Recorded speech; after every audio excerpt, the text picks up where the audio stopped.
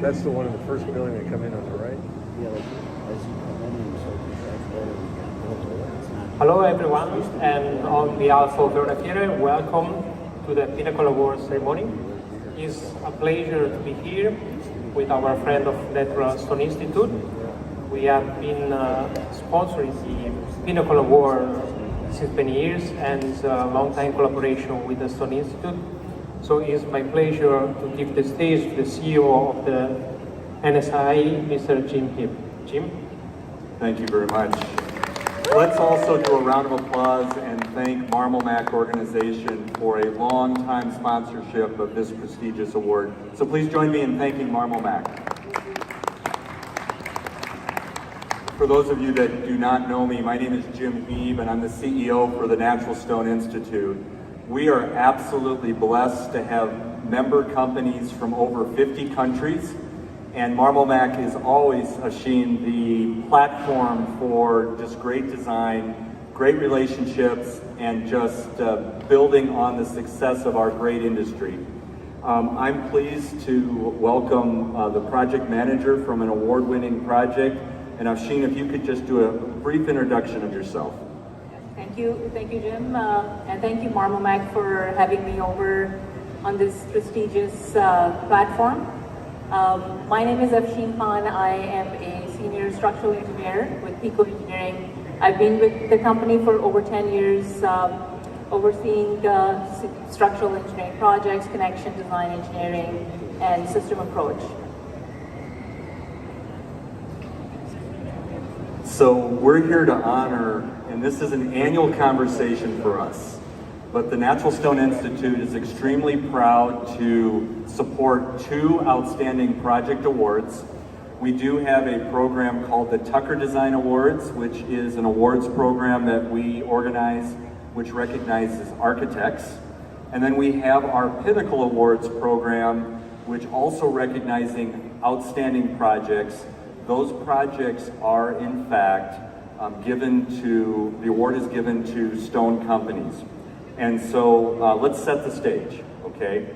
So last year we had many outstanding projects submitted, and of all those projects, one of them is selected as what we call the Grande Pinnacle Award. And that is really a best of best program.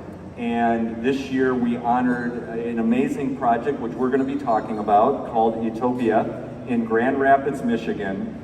And it's difficult to adequately describe this program or this project without, I think, first seeing it. So let me again thank MARMOMAC for introducing us and for you to be with us. Of course, if you're going to travel from North America to Europe, Italy is a great place to be. It is. Okay, so we're in Las Vegas, Nevada. It is the last week of January, and we were given the opportunity to honor over 20 projects. And so let's first give you a video presentation to show you about this project.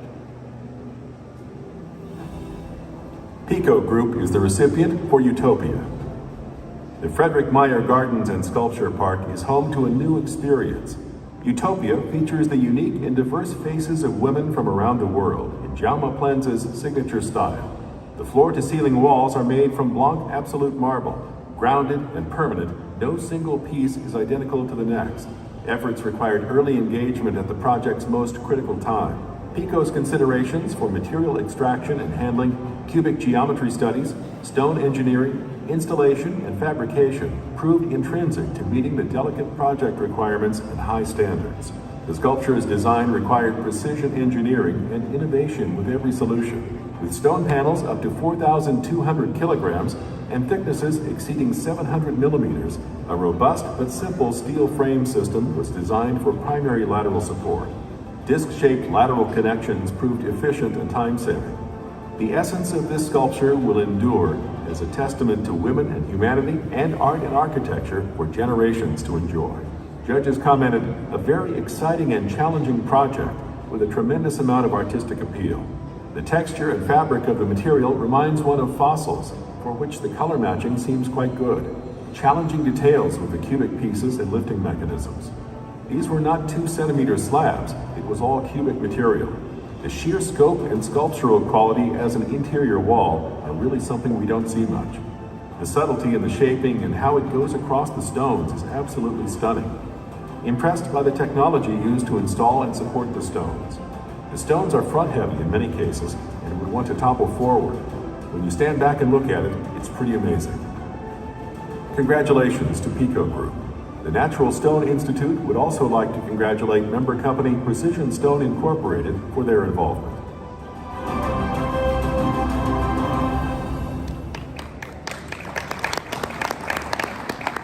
So we are in Las Vegas, Nevada. Pico Engineering Group was just awarded a Pinnacle Award. And then there were another presentation of another award, a third award, a fourth award.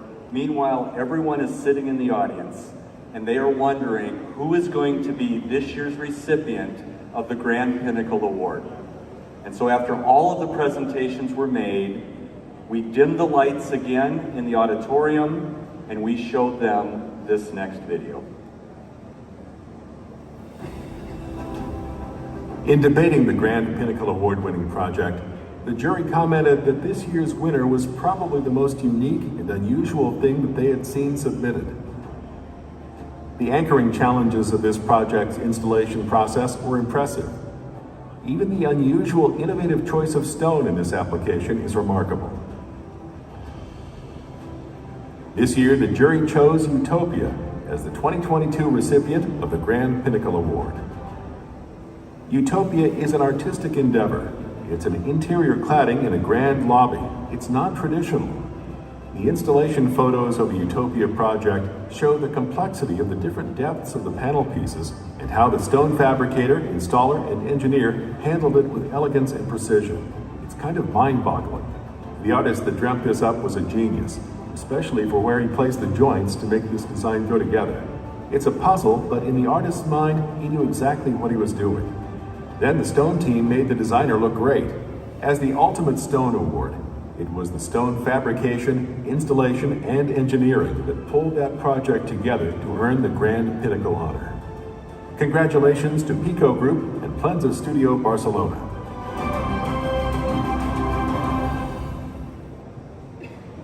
And here's a picture of your company president, founder, Mike Pico, receiving the award. Presenting that award was last year's board president, Mr. Buddy Antra. And I think probably the hardest thing for me is to keep a secret of this award, because we don't tell, there's maybe 5 people total that know this is award, but when you first learned that this was the recipient of the Grande Pinnacle, what emotions went through you, what thoughts went through your mind, but you know, what was your thought when you learned this? I was surprised, first of all, because yes, it was an amazing project, and when I was working on it, there was not a single day or a single connection that was any less challenging than the other. But when we received this award, the aftermath of that, when people started coming to Mike Pico and telling him that we knew that this would be the one, it was really humbling. It was really humbling to find out that, you know, how the hard work was taken and appreciated. You know, and I think when you attend awards programs, I know that every recipient of a Pinnacle Award probably thought, I wonder if it's me. I wonder if it's our project that's going to win the Grande Pinnacle Award. I want to echo your comments because I think everyone in the audience, when they saw this project, knew that this was the one for this year. You shared your reactions. What was the reaction of the entire Pico team? But just share a little bit. There were a couple of other people from the office, especially from this team. Dustin from our office was there, who worked on the drafting side, working towards the fabrication tickets and the whole location, all curves. It was a lot of hard work that went into it. They were also like extremely pleased, and like there were no words to describe. There are no words to describe like how happy and satisfied they were. And I would imagine it was hard for Mike Pico not to come here personally to do this today. But for those of you that know Mike, he was able to travel a little bit and just got back from vacation. So what an honor for you to be able to be here. We introduced you as the project manager, but can you elaborate a little bit more on what your role was with the project, a little bit of that? So I was the project manager and the lead engineer on the project. My other engineers were working under for doing all the other calculations, but mainly all the design and the concept was going through me. Even dealing with the client, the artist rep and installer, it was all a big collaboration from my part as well. So you may have noticed that I've changed what's in the backdrop, and you were really tasked with taking what were rough sketches and turning them into an elaborate design. How many of you in the audience have ever worked with a design professional and it starts with a cocktail napkin, it starts with rough sketches, and then you're charged to turn it into something that can actually be fabricated, installed, and so forth? But I know it was an elaborate design, but can you talk a little bit about how you and your team kept it simple? Just walk us through the process of what you received and what we see on the screen today.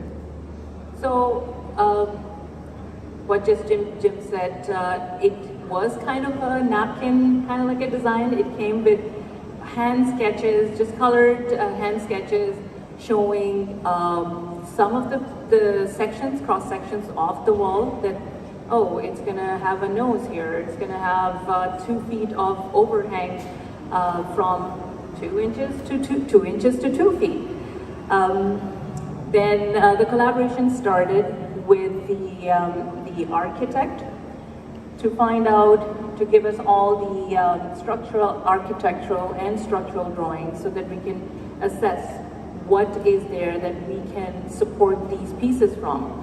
So starting from that, all these 20-foot tall by 90-foot wide pieces, or walls, or faces I should say, they started coming into a portrait, looking at the back of the wall, from the wall to the back of the stone.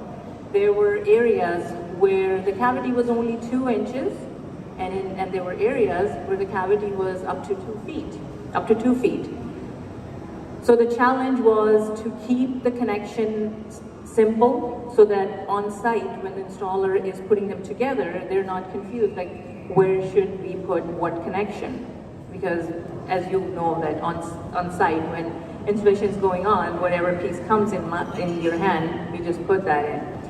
So we came up with this idea of designing a disc connection with 2 different kind of backs.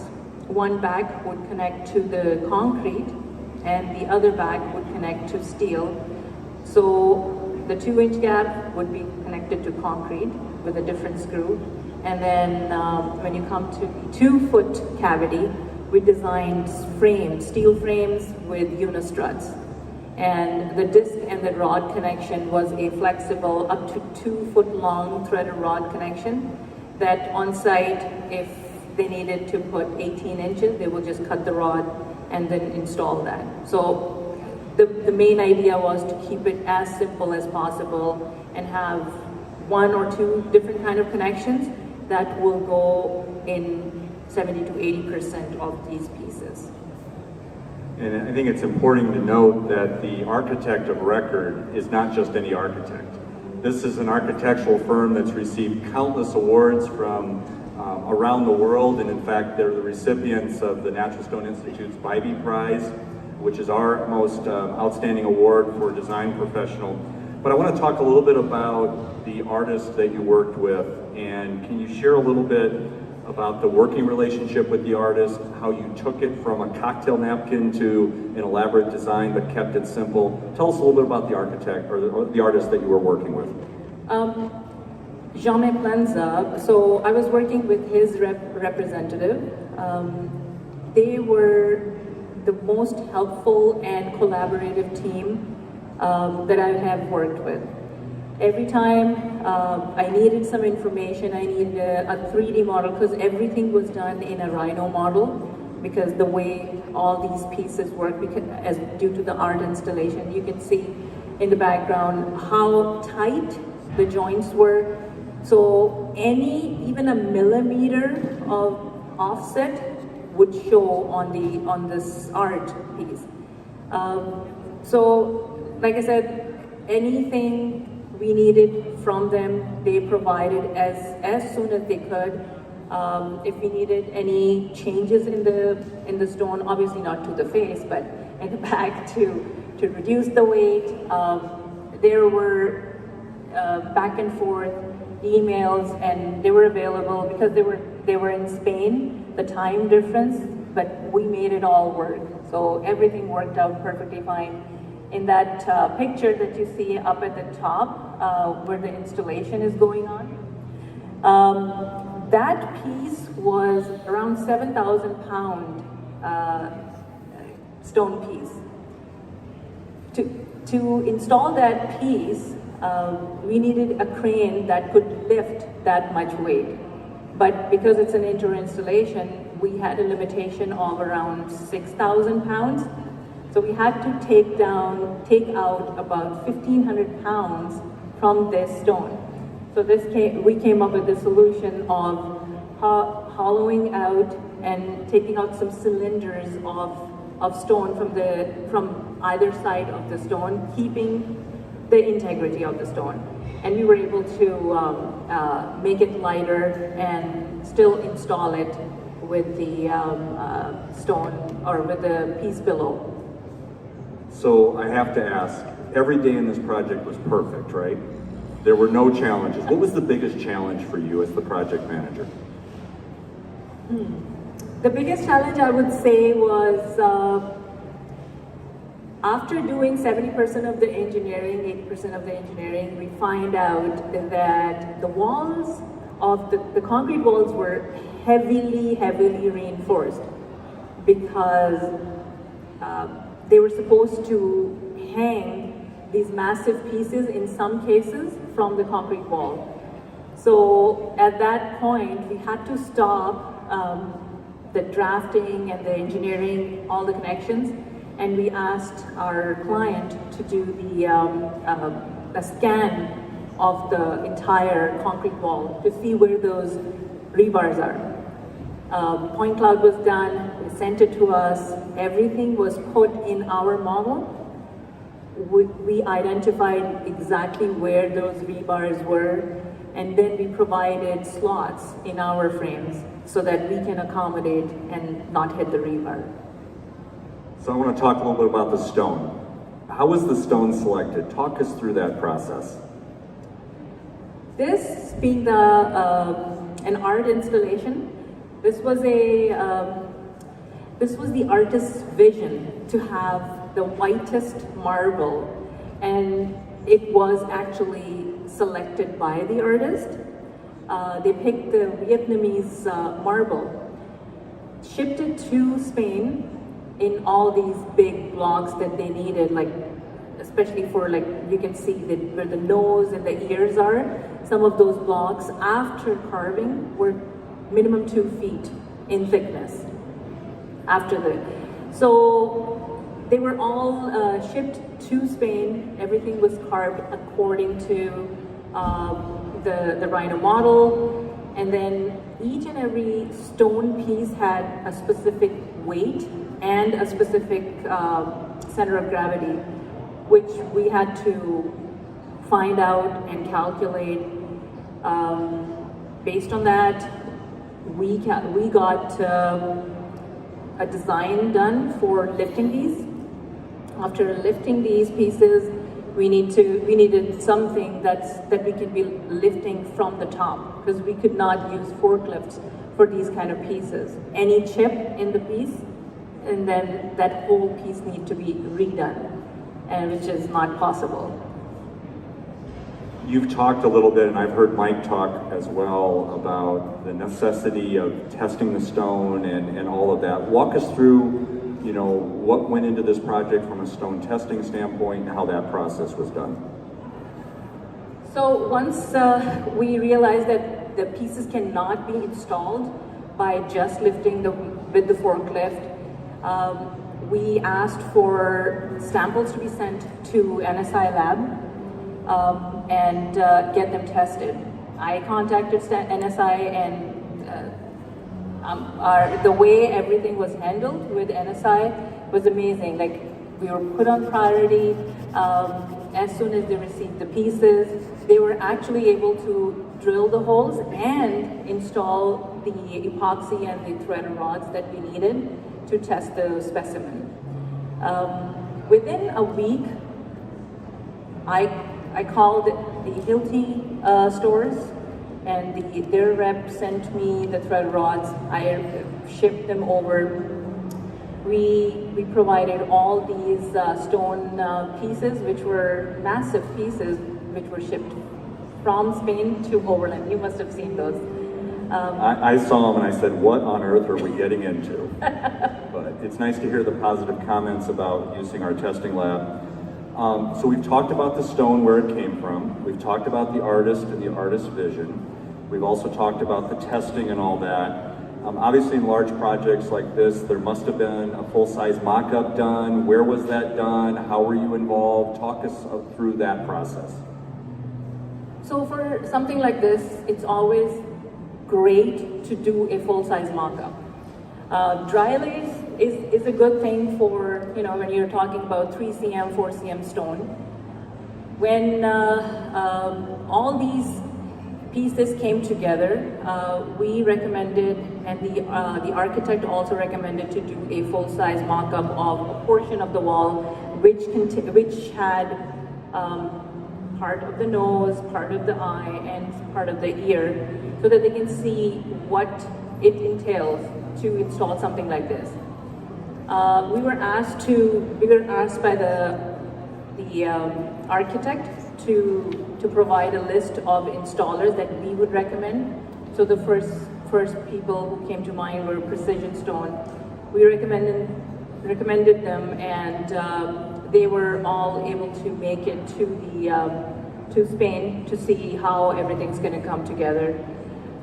This was within the 3 months that we provided connection engineering, testing results, how to install all these pieces, and it was done in Barcelona, Spain, and I was able to go there. Another benefit of this project. Yes. And we've talked about the fabrication being done in Barcelona, but I don't think what everyone in the audience understands is when it was fabricated. It was done during COVID. Yes. So please share. The project was supposed to start installation-wise in March of 2020. Surprise! Did you say March of 2020? Yes, I did. March of 2020. All right. 2020. So what challenges did that present? Well, that represented, well, the first race was supposed to get there in March of 2020. And COVID happened, everything shut down, all the shipping, there was no way that we could receive any of these pieces from Spain. So everything had to be done, packaged, special A-frames were designed so that nothing gets chipped. All the connection details that we designed were also fabricated and tested over in Spain, so that there is no issue once things come to the US. They waited for up to 4 to 6 months on the ship. They couldn't come that quick. Let's talk a little bit too about the anchorage systems, because obviously one of the things that your firm is well known for is the design of the anchorage systems and all that. What was used? Where was it? Was it done on site? Was it done in Spain? Tell me about the application of the anchorage systems. So we designed the connections, so the engineering of those were done early on in the project. Basically, when we did the full-size mock-up, 60% of the engineering was completed. So the hardware, plus or minus, was done on paper, and it was given to the fabricator in Spain to make those pieces. They shipped everything, all done, along with the stone, to the site in Frederick Meyer Gardens. You mentioned earlier in the video, Precision Stone was the installer. This is not the first project that Pico Engineering has worked with them. Can you just share some perspectives about the challenges that they faced with this project? I think the challenges were before, so we started with the design assist and we got them involved early on in the project. So whatever they had foreseen that could be an issue, we were able to collaborate in the beginning and work through it. So this one of the issue of how, if you see the pictures, the roof here has skylights, and those are all angled ceilings. So early on in the project, when they got involved, they saw that the top pieces of these sculptures cannot be installed if the ceiling and the studs are already installed in those areas. So these were the things that we discussed and came up with a solution that, okay, the ceiling, they can still install it, but leave like about 2 feet of length of the ceiling just uninstalled, so that the crane can get there and we can install these pieces and then finish it off. I know some of my friends in the audience are very accustomed to working with 2 cm material and 3 cm material, but this was all cubic material. Anything else that you'd like to add about the engineering that was done to help the install team with what they needed to do? We talked about a little bit of the hollowing out of some of the stone because of the weight constraints. Was there anything else? Well, the installation and lifting of all these pieces. So like I said, we got the testing done through NSI with the threaded inserts. So these were the threaded inserts with epoxy that stay inside the stone and they're not going to be taken out ever. So we came up with a solution looking for an epoxy that's going to be good for white marble and it's not going to stain the marble. So that epoxy was taken, put into those holes, put inserts in, and then we created some lifting mechanism which was custom to most of these pieces, as the center of gravity was different for all these pieces. Those threaded rods, we reused them for almost all the pieces, but the spreader bars and lifting mechanism and the location of the holes was different in all cases. And that made it easy for the installer to just put those bar in, lift those pieces from the top, and install the stone without compromising the bottom of the piece. The slides that we have right now, you talked a little bit earlier about the natural light that was coming through the skylights. What else about knowing that this was going to be natural light coming into the room impacted your work on the project and other considerations that needed to be done? So talk a little bit more about the natural light. The skylights, there are multiple skylights in this room. The way sun goes through all day long, you get different lights on different faces all day long. So it kind of like moves around in the room. Like I said, it made it challenging how to install the top pieces. Even storing these stone pieces, because it had to be stored indoor, we had to coordinate with the structural engineer of record so that they can reinforce the slab 2 or 3 times what they had designed so that it can store these pieces of massive stones while this installation was going and the cranes were going inside. So earlier I showed that when we were in Las Vegas, the award was presented to the founder of the company, the president of the company, your boss, Mike Pico. If he was here right now, what do you think he would say to the audience about this project? I think he would just say that knowing Mike, he's such a humble person, down-to-earth person, he would just, he would be just as appreciative as he could be. And that's what he told me, that he was surprised how people came to him in Vegas, telling that we knew that this was the project. So what else do you want to share with the audience about this amazing project? I would just say that this is a project that you cannot have a full idea unless you actually go and visit. Go visit and see what it actually is. The pictures do not do justice to it. It's massive. So I mentioned that we're honored to have MARMOMAC sponsor this annual award. We have already done the judging for the 2023 program. And so on January 31st, 2024, we will be honoring 22 projects.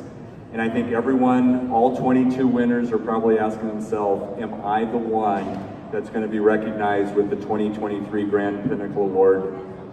So we have a few minutes. Are there any questions that you might have about this project that we could answer? Because if there aren't, I know it's the end of the day and I have a pleasant opportunity to invite you to something I hope you'll join us with. So, any questions? You'll stick around a few minutes if someone wants to talk to you about the project. And so, immediately following the main building where most of us came in when we registered, we are going to have a little networking reception. Everyone that's here today, we'd like to invite you to attend. And if you want to walk with us, you can walk with us there. But the easiest way to find it is if you know on the grounds, if you could find the Antolini booth, just walk across. We'll have staff standing outside. And our party is on the lower level of the Paula Expo building. And come enjoy a drink with us and celebrate our great industry, which is all about natural stone. Please join me in thanking Asfheen for again being with us and for talking about this project. Thank you again. And thanks again to MARMOMAC for their sponsorship.